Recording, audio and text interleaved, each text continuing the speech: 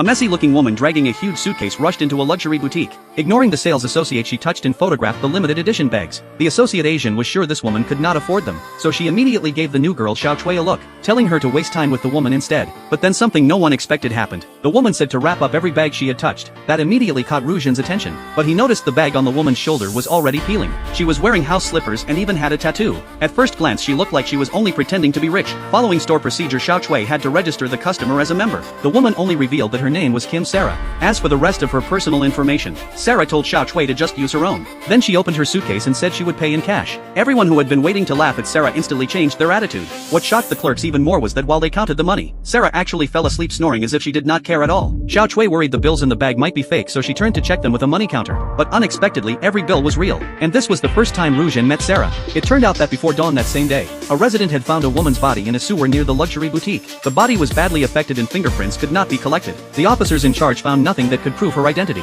Only a limited edition bag was found not far away. Although the medical examiner found part of a fingerprint on the clasp, it was still not enough to identify her. But because the bag was made with such high-end craftsmanship, there was an exclusive serial number inside. The police immediately traced the buyer through that number. Ru Zhen, an agent for a Korean brand, but she said she had already given it to a friend. However, the officers did not notice during the investigation that Xiao Chui secretly tipped someone off. After a closer examination, the medical examiner found the woman's face had been severely damaged. The attacker did not stop until her facial features were left badly injured. It was clearly personal, but strangely the cause of death was hypothermia. In other words, she had frozen to death. Captain Park, who was handling the case, noticed a tattoo on the body's ankle. It translated to brilliant melancholy. Soon Ru Zhen came to the morgue. Because the face was badly damaged, she could not tell who it was. But after seeing the tattoo on the ankle, she staggered and collapsed to the floor, crying that it was her good friend Sarah. Seeing this, Captain Park wanted to end the identification, but Ru Zhen said she wanted to stay a little longer. Afterward, Captain Park asked Ru Zhen about the situation. Ru Zhen admitted she had been very close with Sarah. A year earlier, the limited edition bag she reserved took 6 months to arrive. While she was overjoyed, she happened to notice a custom piece behind her. That's right, the person who ordered it was Sarah. According to Xiao Chui, Sarah was the Asia regional distributor for Duo.